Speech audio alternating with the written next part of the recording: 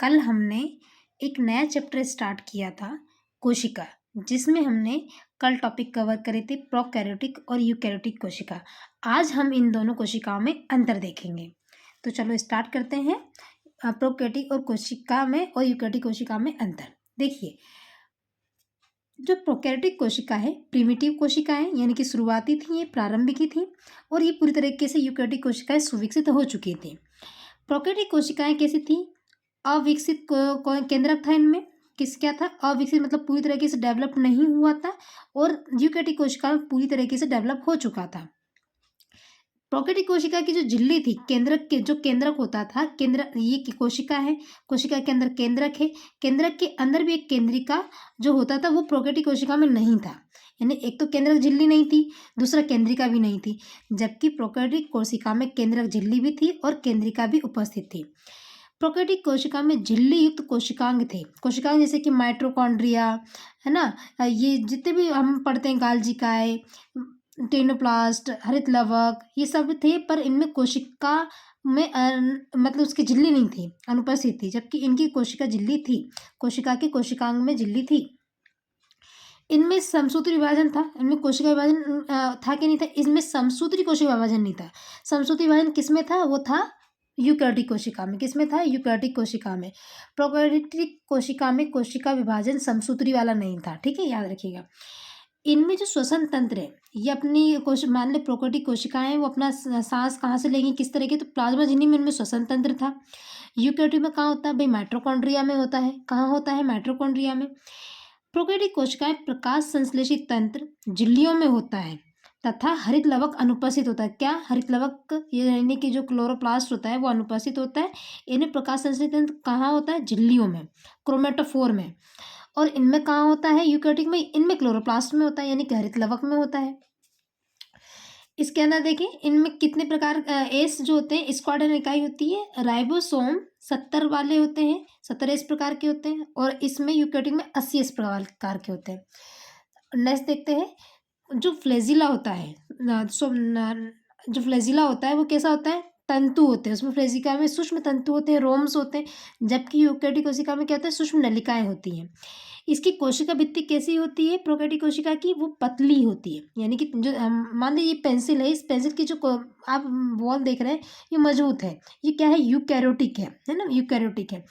जबकि कुछ ऐसी होती है बहुत पतली होती है, वो होती है प्रोकैरियोटिक कोशिका, जिसकी ताज़ा जब पौधा उगता है बहुत पतला सा, उसके अंदर जो पतली लेयर होती है, इस तरीके से।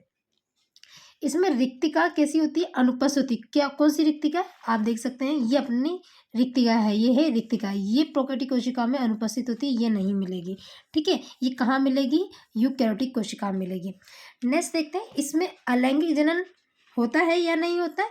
तो इसमें अलैंगिक जनन होता है या नहीं होता? इसमें लैंगिक जनन नहीं होता, मतलब कि अलैंगिक जनन होता है।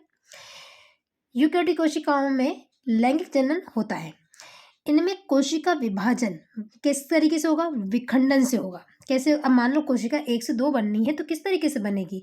1 से 2 करना है, 2 से 4 करें तो या तो विखंडन होगा, विखंडन मतलब डिवाइडेड होगा, या मुकुलन, डबल डबल ट्रिपल, इस तरीके से मुकुलन होता है, बडिंग जो जैसी प्रोसेस होती है।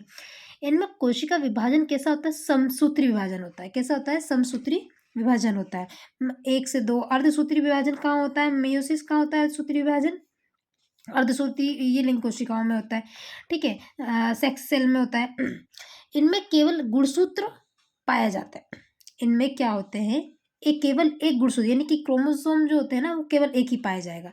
किसमें? प्रोकैरियोटिक में। और जबकि यूकैरियोटिक में एक से ज़्यादा, ठीक है। तो अब हम देखते हैं यूकैरियोटिक कोशिका को, जो यूकैरियोटिक कोशिका है उसको हमने 2 में डिवाइड करा है। एक होती है पादप कोशिका, एक होती है जंतु कोशिका। यानी कि अभी हम क्या कह रहे थे कि हम यूकैरियोटिक हैं? हाँ बिल्कुल हम यूकैरियोटिक हैं। क्या पौधे यूकैरियोटिक हैं? हाँ भाई पौधे भी यूकैरियोटिक। तो क्या हम दोनों भाई बहन हैं? बिल्कुल नहीं। क्या भाई बहन का मतलब क्या होता है? एक ही माता से उत्पन्न हुई संतान, वो भाई बहन बनती है।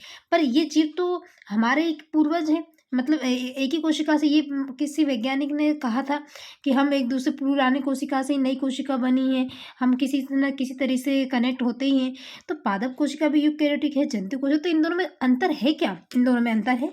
वो क्या अंतर? पहले हम इस डायग्राम को अच्छी तरह से कंसिडर करेंगे। सबसे फर्स्ट है, देखिए ये कोशिका दिख रही है। अब इस कोशिका में देखिए, ये हमारी बॉडी में पाई जाने वाली सेल है और ये पौधों में पाई जाने वाली सेल कोशिका है। अब आपको दिख रहा होगा इस तरीके से, ये क्या है, इस तरह ये क्या इसमें नज़र आ रहा है? बिल्कुल नहीं। ये ठीक है, हमें ये इस तरीके से दिखा। अब हम एक एक करके पढ़ते हैं। देखिए, खुरदवी अंतःप्रदवी जालिका, ये इस तरीके जो संरचना दिख रही है वो क्या है? अंतःप्रदवी जालिका। पर कौन सी वाली? खुरदुरी है।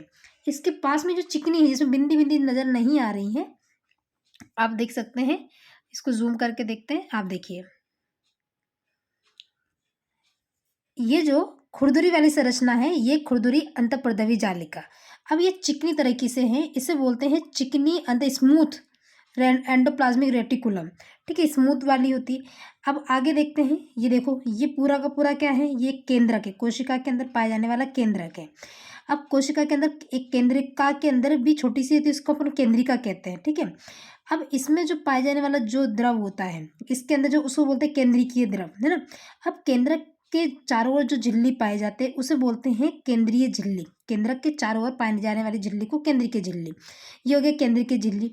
ये वाली संरचना क्या है? ये इस तरीके की संरचना को बोलते हैं गाल्जी उपकरण। ठीक है, कैमेलियो गाल्जी ने जिसकी खोज करी थी, गाल्जी उपकरण। आगे देखते हैं, आगे कौन सी? ये देखो, अब चारों तरफ की देखते हैं पहले हम। ये चारों तरफ एक कोशिका भित्ति, इस सबसे मोटी जो संरचना दिख रही है जो चारों तरफ दिख रही है, ये है कोशिका भित्ति। अब कोशिका भित्ति के बाद में हम आगे चलते हैं। इसके अंदर वाली जो होती है, अंदर बिल्कुल वाली सरफेस, उसे बोलते हैं प्लाज्मा झिल्ली। ठीक है, प्लाज्मा झिल्ली। ये हमने यहाँ तक आ गए। अब हम आगे चलते हैं। भ्रा कोशिका होगी जिसे हम कोशिका भित्ति बोलते हैं। कोशिका भित्ति हमने देख लिया। अब हम ये वाली संरचना देखो, माइटोकॉन्ड्रिया, जिसमें जिसे हम क्या कहते हैं? पावर हाउस कहते हैं। क्यों कहते हैं? क्योंकि भाई इसमें प्रकाश संश्लेषण होता है। अभी हमने पढ़ा यूकेरियोटिक में श्वसन तंत्र कहाँ पाए जाते हैं भाई? माइटोकॉन्ड्रिया में पाए जाते हैं। ये बिंदी जैसी संरचना आपको जो नजर आ रही है, ये दिख रही है।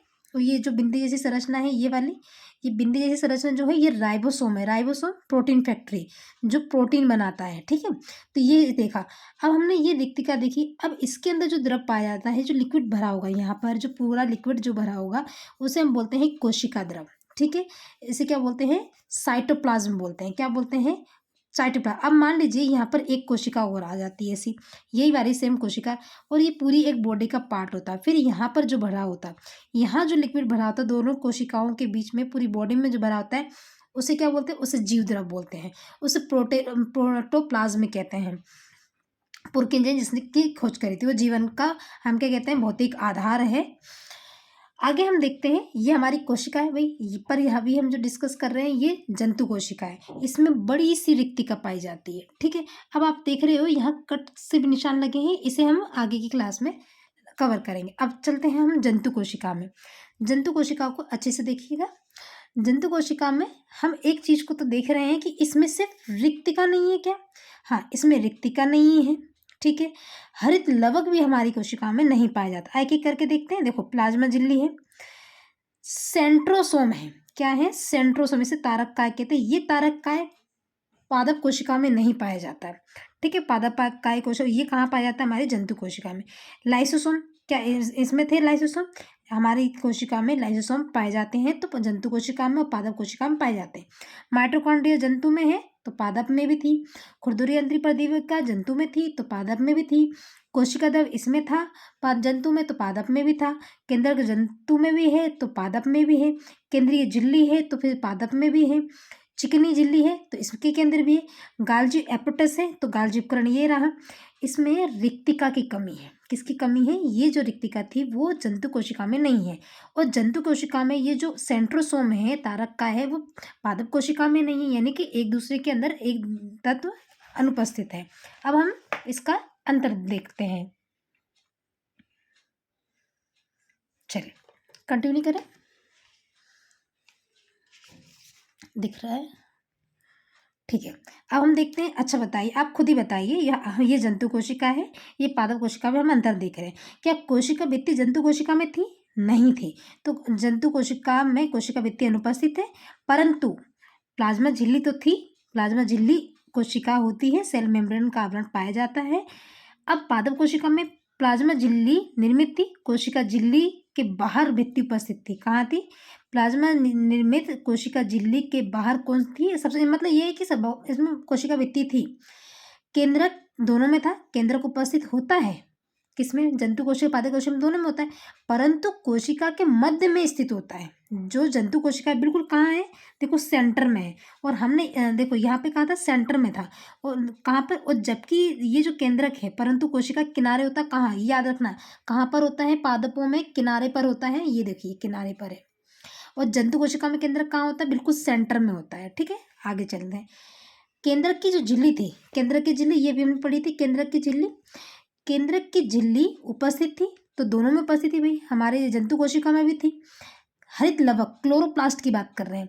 हरित लवक किस में नहीं पाया जाएगा? हमको हरा थोड़ी ना बनना है। हरित लवक प्रेजेंट नहीं होता है। हरित लवक किस में पाया जाता है? पौधों की जरूरत है, हमें हरा पीला नहीं बनना, तो हमारे अंदर ये नहीं पाया जाता। राइबोसोम क्या है? प्रोटीन बनाते हैं, तो हम मुझे पौधों को, पौधे से भी हमें प्रोटीन चाहिए, हमें जंतु से भी चाहिए, तो हमें दोनों चाहिए होती। अब बात आती है लाइसोसोम। लाइसोसोम उपस्थित होता है किसके अंदर? जंतु कोशिका में। और लाइसोसोम किसमें? अनुपस्थित होता है। अब लाइसोसोम हमने अनुपस्थिति तो देखी नहीं थी, अनुपस्थित दोनों में था। देखिए ये थोड़ा डाउट लग रहा है। देखिए पौधों में भी पाई जा रही है लाइसोसोम, और लाइसोसोम जंतु कोशिका के अंदर भी है, तो इसको थोड़ा हमने मार्क करके देखते हैं। आगे हम देखते हैं, सामान्यतः अनुपस्थित होता है, कभी कभी रहता है, वैसे तो हमेशा नहीं रहता है। पादपों में तो पाया जाता है, इसमें भी पाया जाता है, पर कभी कभी कुछ ऐसे होते हैं जिसमें सामान्यतः, देखिए क्या लिखा हुआ है, सामान्यतः अनुपस्थित होता है। गुणसूत्र की बात कर लेते हैं, सामान्यता है ना, सामान्यतः अनुपस्थित होता है। क्रोमोसोम, गुणसूत्र उपस्थित होते हैं, यानी कि अगर आप बात करेंगे कि जंतु कोशिका में उपस्थित होते हैं, हमारे तो होते हैं, हमारे गुणसूत्र होते हैं, पर कैसे होते हैं? छोटे होते हैं। जंतु कोशिका में जो गुणसूत्र होते हैं वो छोटे होते हैं, परंतु अगर हम पादप कोशिका की बात करें तो कैसे होते हैं? बहुत बड़े होते हैं। ठीक है, तो हमने आगे और देखते हैं, और अंतर है, अंतर के देखते हैं। अंतःप्रदवी जालिका, अंतःप्रदवी जालिका कैसी होती है? खुरदुरी, चिकनी, दोनों प्रकार की अंतःप्रदवी जालिका जंतु कोशिका में पाई जाती है, परंतु इनकी संख्या कैसी होती है? अधिक होती है ना। और वही पूरा सेम है, बस इसमें क्या होती है? संख्या कम होती है। किसके अंतर? पादप कोशिका में। जंतु कोशिका में क्या प्रकाश संश्लेषण होता है? क्या हम प्रकाश संश्लेषण करते हैं? बिल्कुल नहीं, हमारे अंदर प्रकाश संश्लेषण नहीं होता है। पादप कोशिका में बिल्कुल होता है, इसके बिना तो खाना बनाते ही नहीं है। कार्बोहाइड्रेट का संचयन, स्टोरेज और कार्बोहाइड्रेट, इन कोशिका, हम अपना खाना जब खाते हैं तो कार्बोहाइड्रेट बनता है, कार्बोहाइड्रेट बन जाता है, तो हम उसको किस रूप में संचय करते हैं? ग्लाइकोजन के रूप में। याद रखिएगा, हम अपना भोजन खाकर उसे कार्बोहाइड्रेट में कन्वर्ट करते हैं, और कार्बोहाइड्रेट को हम ग्लाइकोजन के रूप में स्टोर करके रख लेते हैं। यही कार्बोहाइड्रेट, ग्लूकोज, हमें ग्लाइकोजन कब मिलता है? जब हम भूखे होते हैं, और दिन भर यही ग्लाइकोजन बाद में ग्लूकोज में कन्वर्ट होता रहता है। इन कोशिकाओं में कार्बोहाइड्रेट का संचय किसके रूप में होगा? स्टार्च, यानी कि पौधे अपने भोजन को स्टार्च के रूप में स्टोर करते हैं, और हम जो जंतु होते हैं वो ग्लाइकोजन के रूप में स्टोर करते हैं। तो हमने ये देखे थे अंतर। आगे अब हम नया स्टार्ट करेंगे, जो है सेल स्ट्रक्चर, यानी कि कोशिका की संरचना। अभी हमने कोशिका की संरचना को हमने क्या देखा था? क्या क्या पाया जाता है, हमने क्या देखा था कि कोशिका में क्या क्या पाया जाता है, क्या क्या नहीं पाया जाता है। आप दोनों में एक अंतर देखिएगा जो स्पेशल है। सबसे बड़ा तो इसके केंद्र कॉर्नर पे है पौधे का, और जंतु का सेंटर में। इसमें रिक्तिका पाई जाती है, हमारे में रिक्तिका नहीं पाई जाती। तुम्हारे में हम जंतु कोशिका में सेंट्रोसोम पाया जाता है, इसमें पाया नहीं जाता है। तो ये तीन डिफरेंस। इसमें जो गुणसूत्र होते हैं कैसे होते हैं? बड़े होते हैं, और जंतु में छोटे होते हैं। ठीक है, और क्या था इसके अंदर? जो प्रोटीन बनाने वाले राइबोसोम की संख्या वो जंतु कोशिका में बहुत ज़्यादा होती है, और राइबोसोम की संख्या किस में कम होती है? पादप कोशिका में कम होती है। और कभी कभी सामान्यतः इसमें लाइसोसोम नहीं पाए जाते, और इसमें हमेशा ही रहते हैं। चलिए अब हम कंटिन्यू करेंगे कोशिका की संरचना। अब हम पढ़ेंगे कोशिका की संरचना। चलिए, इसको समझने के लिए हम जंतु पादप कोशिका के हम समझ चुके हैं कि क्या क्या अंतर है जंतु कोशिका पादप कोशिका में। अब हम इनके डिफरेंस को भी देखते रहेंगे और याद करते रहेंगे। देखिए, जंतु एवं पादप दोनों प्रकार की कोशिकाओं की संरचना कैसी होती है? जटिल होती है। कैसी होती है भाई? जटिल होती है। दोनों की दोनों कोशिकाएं जटिल होती है। इनकी आंतरिक एवं बाह्य संरचना विभिन्न घटकों से निर्मित होती है। अंदर की हो संरचना चाहे बाहर की संरचना हो, दोनों कैसी अलग अलग घटकों से बनी होती है, कंपोनेंट्स बनी होती है। आगे देखते हैं, कोशिका के ये जो ऑर्गेनेल्स होते हैं, घटक होते हैं, अलग अलग घटकों से बनी होती है। अभी हमने क्या पढ़ा कि उसमें लाइसोसोम नहीं पाया जाता है, कभी कभी सेंट्रोसोम जंतु में पाया जाता है, पादप में नहीं पाया जाता है। तो सेम यही है कि कोशिका के ये घटक जो कोशिकांग जो ऑर्गेनेल्स हैं कहलाते हैं। कोशिका के ये घटक क्या कहलाते हैं? ऑर्गेनेल्स कहलाते हैं। तथा सभी कोशिकांग कुछ विशिष्ट कार्यों को संपन्न करते हैं। मतलब अभी हमने इतनी सारी चीजें पढ़ी ना, कोशिका के अंदर क्या क्या चीजें थी, माइटोकॉन्ड्रिया, राइबोसोम, ये सब अपना अपना स्पेशल कार्य होता है, इनका विशेष वर्क होता है ना, विशिष्ट कार्य होता है, स्पेशल वर्क होता है। जंतु पादप कोशिका की संरचना की दृष्टि से हम क्या कर रहे हैं, इसको कई भागों में डिवाइड कर रहे हैं। देखिए, जो कोशिका की संरचना है, हमने कोशिका संरचना को किस में डिवाइड किया था? पादप कोशिका और जंतु कोशिका में। ठीक है, पादप कोशिका, जंतु कोशिका। अब ये जो पादप कोशिका है, हमने क्या देखा? पादप में कोशिका भित्ति होती है, केंद्रक होता है और कोशिका द्रव होता है। ये था किसका? पादप का। अब जंतु में देखते हैं, कोशिका भित्ति नहीं थी तो क्या होगा? कोशिका झिल्ली होगी और केंद्रक होगा और कोशिका द्रव, यानी कि क्या अंतर है? सिर्फ झिल्ली का। इनमें कोशिका भित्ति है तो जंतु में क्या है? कोशिका झिल्ली है। तो ये कोशिका भित्ति है क्या चीज, इसको हम अच्छे से पढ़ते हैं। देखिए, सेल वॉल। कोशिका भित्ति केवल केवल कहाँ पाई जाती है? पादप कोशिकाओं में। कहाँ पाई जाती है? केवल पादप कोशिकाओं में। कहाँ पाई जाती है? केवल पादप कोशिकाओं में। ये पादप कोशिका का क्या है? बाहरी आवरण है। मतलब ये मान लीजिए पादप है, अब ये पेंसिल है, इसके चारों ओर जो पाई जा रही है ये कोशिका भित्ति है। कहाँ पाई जाती है? केवल पादपों में पाई जाती है। इसकी जो बाहर जो है वो क्या है? ये सेलुलोज है। और ये जो बाहर की जो भित्ति बनी होती है वो कैसे बनी होती है? सेलुलोज से बनी होती है, याद रखिएगा। पादप की कोशिका भित्ति सेलुलोज से बनी होती है। कोशिका भित्ति पादपों को क्या देती है? अच्छा बताइए, मैं इसको कैसे भी करते हैं, क्या करती है? सुरक्षा प्रदान कर रही है और इसकी साइज को आगे पीछे नहीं कर रही, मतलब स्थिरता प्रदान करती है। कोशिका को क्या? सुरक्षा एवं स्थिरता प्रदान करने के साथ साथ एक निश्चित आकार एवं आकृति प्रदान करती है। कोशिका भित्ति इसलिए होती है ताकि उसका साइज बिगड़े ना, उसकी सुरक्षा हो सके, उसका आकृति हम दे सकें। तो इस तरीके से इसके लिए कोशिका भित्ति निर्मित होती है। कोशिका भित्ति कैसी होती है? क्या इसमें से पानी जा सकता है या आ सकता है? हाँ, कभी कभी जा सकता है, कभी कभी नहीं जा सकता, मतलब ऐसा नहीं है। तो इस तरीके से ये सेमी परिमेबल है, यानी कि अर्ध पारगम्य। कुछ पदार्थ जा सकते हैं, पतले होंगे, कुछ गाढ़े गाढ़े पदार्थ होंगे तो नहीं निकल पाएंगे। ठीक है, तो ये कैसी होती है? अर्ध पारगम्य होती है। अर्थात जल, प्रोटीन आदि सूक्ष्म कण इनमें से होकर प्लावित तो हो सकते हैं। कौन कौन सा हो सकता है? प्रोटीन। प्रोटीन कौन बनाता है? राइबोसोम बनाते हैं।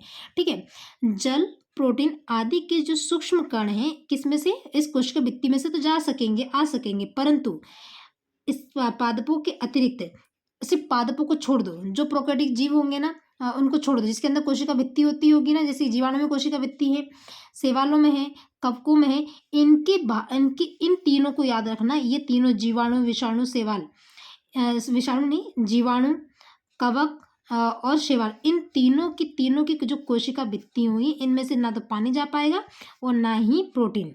बाकी जितने भी कोशिका भित्ति होती है सब में से जल और प्रोटीन जा सकते हैं।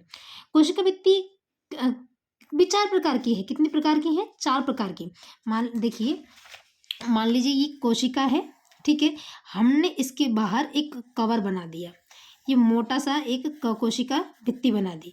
ये कोशिका भित्ति में इतनी तरीके से गाढ़ी कर दूं, इस तरीके से कि बहुत आपको क्या देगा? क्यों बना रहे हैं? ताकि इसका साइज बना रहे, इसको स्थिरता बना रहे, अंदर वाले की रक्षा हो सके। अंदर अंदर बहुत सारे ऑर्गेनेल्स हैं। अब इस वाली कोशिका को ही 4 में, ये जो बाहर, मान लीजिए अब मैंने इसको बाहर कर लिया, कौन सी वाली बाहर कर ली?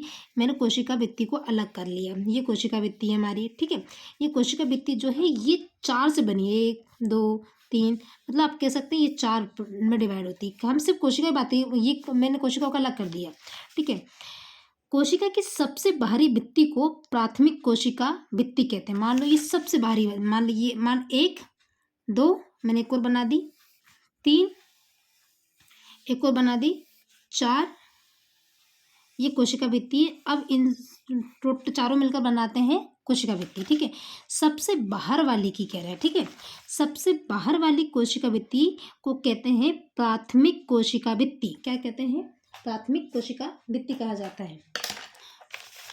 ये वाली जो है वो प्राथमिक कोशिका है, प्राथमिक कोशिका भित्ति है, प्राथमिक कोशिका भित्ति होती है। कौन सी वाली? सबसे बाहर वाली। मैं आपको बिल्कुल बच्चों वाली की तरह की समझ आ रही हूँ, ताकि आपको यह है कि इमेजिन करते रहे कि हाँ भाई पौधों की तरफ कोशिका भित्ति होती है, इस तरीके से। बाहर की कैसी होती है कोशिका भित्ति? बिल्कुल बाहरी जो होती है उसको हम प्राइमरी कोशिका भित्ति कहते हैं।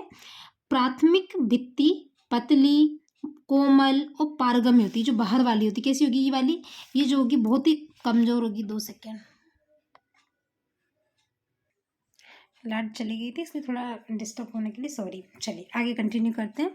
हम कहाँ थे? हम कोशिका भित्ति की बाहरी सतह पर थे, जो प्राथमिक कोशिका थी। ये जो कोशिका भित्ति होती है वो कैसी होती है? ये होती है पतली होती है। कैसी होती है? ये जो कोशिका भित्ति होती है जिसे हम प्राथमिक कोशिका भित्ति कहते हैं, वो कैसी होती है? पतली, कोमल, पारगम, परमिएबल होती है। क्या बोलते हैं सीधी सीधी? ये जो बाहर की हमने जो कोशिका भित्ति बनाई है वो कैसी होती है? कोमल होती है, पतली होती है, पारगम्य होती है। ये जो बाहर वाली होती है, ये केवल, सिर्फ ये केवल, ठीक है, जो बाहर वाली है ये केवल सेलुलोज से बनी होती है। ठीक है, सेलुलोज से बनी होती है। कोशिका भित्ति किससे बनी है भाई? ये बाहर की जो है वो सेलुलोज से बनी होती है। बहुत से जो कवक होते हैं, किसकी बात कर रहे हैं? कवक की बात कर रहे हैं, ईस्ट की बात कर रहे हैं। इनमें जो होती है वो काइटिन की बनी होती है। अगर मान लीजिए मैं कवक की बात करूँ, हमने अभी क्या पढ़ा कि कवक हो, शैवाल हो, है ना, कवक हो, शैवाल हो, या फिर हम बात कर लेते हैं कि जीवाणु हो, इनकी कोशिका भित्ति से जल नहीं जा सकता, प्रोटीन नहीं जा सकता।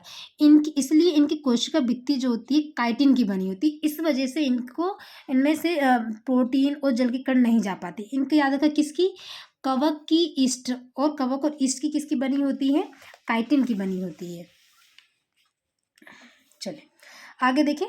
प्राथमिक कोशिका की भित्ति के ठीक नीचे वाली, हाँ ठीक नीचे वाली, बिल्कुल नीचे वाली है ना, इससे और इससे पहले, इससे पूरा नीचे वाली, ठीक नीचे वाली अपेक्षाकृत कैसी होती है? मोटी होती है। तो चलो अच्छा हम इसको भी मोटी बना देते हैं। ये मोटी होती है। कैसी होती है? थोड़ी सी उस पहले वाली से थोड़ी सी मोटी होती है। ठीक है, ये थोड़ी सी मोटी होती है। वो परिपक्व होती है, मतलब मजबूत होती है। स्थायी रूप से द्वितीयक कोशिका भित्ति होती, क्या कहेंगे हम इसको? वो तो थी प्राथमिक। अब ये देखिए, ये प्राथमिक थी तो फिर ये वाली कैसी हो जाएगी? ये सेकेंडरी हो जाएगी, ये सेकंड वाली हो जाएगी। ठीक है, सेकंड हो जाएगी। ये किसकी बनी होती है? ये सेलुलोज, पैक्टिन, लिग्निन, 3 से याद रखिएगा, सेलुलोज, पैक्टिन, लिग्निन आदि पदार्थों से। देखिए ये किससे बनी थी? ये सेल्यूलोज से बनी थी, सेल्यूलोज से बनी थी। और ये किससे बन रही है? ये सेल्यूलोज से तो बनेगी ही, सेल्यूलोज से तो बनेगी ही, साथ में बनती है पैक्टिन से। किससे? पैक्टिन से। तीसरा है लिग्निन से, लिग्निन से बनी होती है। यानी कि ये 3 पदार्थों से बनी होती है। प्राथमिक कोशिका भित्ति सबसे बाहर होती है, पतली होती है, कोमल होती है। दूसरी इसके पहले वाली जो कोशिका भित्ति जो होती है, झिल्ली जो होती है, वो कैसी होती है? मोटी होती है। और कैसी होती है? सेलुलोज से बनी होती है, पैक्टिन से बनी होती है, लिग्निन से बनी होती है। ये थी हमारे दूसरे नंबर की कोशिका भित्ति। ठीक है, अब हम देखते हैं कुछ कोशिकाओं की बात कर रहे हैं। कुछ कोशिका जैसे कि अनावर्त बीजी, अभी हमने क्लासिफिकेशन पढ़ा नहीं है। अनावर्त बीजी जिसे हम एंजियोस्पर्म कहते हैं। पौधों की दारू कोशिकाएं, यानी कि जाइलम फ्लोएम होती हैं। दारू कोशिकाओं में द्वितीयक कोशिका भित्ति के नीचे तृतीयक कोशिका भित्ति पाई जाती है। जो अनावर्त बीजी होते हैं ना, जिसे एंजियोस्पर्म कहते हैं, उनकी जो कोशिका भित्ति होती है उनमें जो तीसरी वाली कोशिका भित्ति पाई जाती है, जो जाइलन नामक पदार्थ से बनी होती है। पदार्थ का नाम क्या होता है? जाइलम, क्योंकि वो जाइलम कोशिकाएं हैं, तो जाइलम नामक कोशिका भित्ति से पाई जाती है। मतलब कि उनकी ये जो तीसरी वाली होगी, ये तीसरी वाली वो जाइलन से बनी होगी। किसकी? जो एंजियोफ्लायरा होते हैं ना, एंजियोस्पर्म होते हैं, उनकी। आगे देखते हैं। ठीक है, अब हम किससे बनी होती है? एंजियोस्पर्म अनावर्त बीजी की पूछते हैं। अनावर्त बीजीवी की जो दारू कोशिकाएं हैं उनकी द्वितीय कोशिका भित्ति के नीचे तृतीय कोशिका भित्ति पाई जाती है, जो किससे बनी होती है? जाइलम नामक पदार्थ से। अब हम कोशिका भित्ति के प्रकार भी पढ़ लेते हैं। हमने कोशिका भित्ति पढ़ी है जो कई प्रकार की लेयर से बनी हुई है। बाहर की सेलुलोज से बनी हुई है, अंदर की सेलुलोज, पैक्टिन, लिग्निन की बनी हुई है। और जो आवर्त बीजी, अनावर्त बीजी होती है, उसमें अनावर्त बीजियों वाली की जो कोशिका भित्ति होती है वो जाइलम नामक पदार्थ से बनी होती है। कोशिका भित्ति के अब हम प्रकार देख लेते हैं। देखिए, कोशिका भित्ति, पादप कोशिका भित्ति, और जीवाणु की कोशिका कौन कोशिका भित्तियाँ, भाई पादप में अलग कोशिका भित्ति होती है, जीवाणुओं की कोशिका भित्ति अलग होती है, कवक की कोशिका भित्ति अलग होती है और शैवाल की कोशिका, अभी हमने पढ़ा जीवाणु कवक शैवाल पढ़ा था ना। तो पादपों की जो कोशिका भित्ति वो किससे बनी होती है, सेलुलोज से। जीवाणुओं की बात करें तो पेप्टाइडोग्लाइकॉन की, किसकी, पेप्टाइडोग्लाइकन होती है। और कवक की जो होती है ल्यूकोसेमिन, क्या नाम है, ल्यूकोसेमिन नामक बहुलक से अब बहुलक का मतलब बहुत सारे जब मोनोमर्स जुड़कर पॉलीमर बनाते हैं और पॉलीमर जुड़कर बहुलक बनाते हैं, ठीक है, ग्लूकोसेमिन नामक बहुलक से बनी होती है और निर्मित होती है, इसे हम काइटिन भी बोल सकते हैं, कवक की काइटिन से बनी होती है। वही शैवालों की जो कोशिका भित्ति होती है ग्लाइकोप्रोटीन और पॉलीसेकेराइड, किससे, ग्लाइकोप्रोटीन और पॉलीसेकेराइड, क्या नाम है, किसकी, शैवाल की ग्लाइकोप्रोटीन और पॉलीसेकेराइड, कवक की ग्लूकोसेमिन और काइटिन। पेप्टाइडोग्लाइकन किसकी बनी होती है, जीवाणुओं की। ठीक है, अब हम कोशिका प्लाज्मा, अब हमने क्या पढ़ा, अभी हमने कोशिका भित्ति पढ़ी थी जो बाहर की तरफ थी। अब हम जा रहे हैं जो कोशिका भित्ति से पहले पाई जाएंगे। हमने कोशिका भित्ति को 4 लेयर पढ़ी थी, पर हमने जो द्रव होता है, द्रव जिससे ढका होता है उसे हम बोलते हैं प्लाज्मा झिल्ली, हम जिसे कोशिका झिल्ली भी कहते हैं। इसको प्लाज्मा झिल्ली और कोशिका झिल्ली दोनों नाम दिए थे, तो कभी कन्फ्यूजन ना होना, प्लाज्मा झिल्ली को ही हम क्या कहते हैं, कोशिका झिल्ली भी कहते हैं। देखते हैं क्या है कोशिका झिल्ली के अंतर्गत। देखिए, कोशिका के सभी अवयव, मतलब कि जो सारे ऑर्गेनल थे, जितने भी लिक्विड भरा हुआ था, एक पतले आवरण से घिरे रहते हैं, जिसे हम बोलते हैं प्लाज्मा झिल्ली, या बोलते हैं कोशिका झिल्ली कहा जाता है। जिन कोशिकाओं में कोशिका भित्ति पाई, क्या बोल रहे हैं, जिन कोशिकाओं में कोशिका भित्ति, जैसे अभी हमने पढ़ा है ना, पाई, उनमें कोशिका झिल्ली दूसरी सबसे बाह्य परत होती है। कौन सी, दूसरी सबसे, पहले कोशिका भित्ति, मतलब सबसे बाहर की तरफ कोशिका भित्ति, और अंदर की तरफ जो पाई जाएगी उसे बोलते हैं झिल्ली, क्या बोलेंगे, दूसरी सबसे बाह्य परत होती है।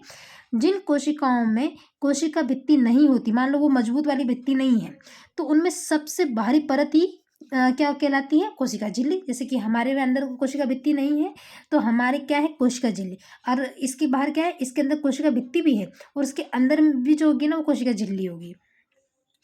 प्लाज्मा झिल्ली, प्लाज्मा झिल्ली को क्या कहते हैं, कोशिका झिल्ली। संरचनात्मक रूप में कैसी होगी, पतली होगी, लचीली होगी, मतलब इसको अभी इसको नहीं मोड़ पाते, क्यों नहीं मोड़ पाते, क्योंकि कोशिका भित्ति इसको क्या देती है, मजबूती देती है, आकृति प्रदान करती है।